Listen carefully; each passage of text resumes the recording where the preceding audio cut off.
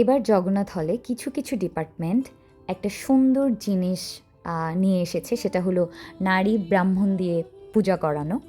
আর প্রতিবারের মতো এবারেও সর্বমোট ৭৪টা পূজা মণ্ডপ নিয়ে সরস্বতী পূজার প্যান্ডেল সাজানো হয়েছে।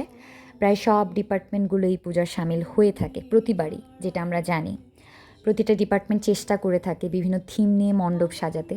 এতে তাদের নিজেদের ডিপার্টমেন্ট রিলেটেড কোনো থিম কিংবা নানা ধরনের চলমান ইস্যুস কিংবা ঐতিহ্যগত কোনো দর্শনের থিম প্রদর্শন করে।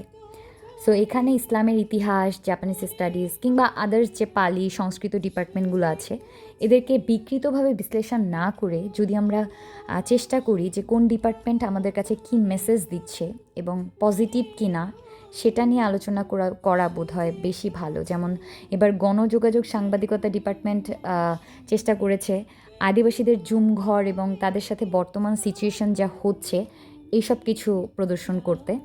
সো আমরা যদি এই ব্যাপারগুলো সামনে তুলে ধরি কিংবা এগুলো নিয়ে আলোচনা করি, সেটা বোধহয় বেশি ভালো।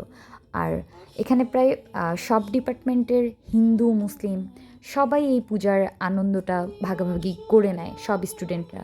সো সব মিলিয়ে দারুণ একটা সময় কাটে সরস্বতী পূজায়।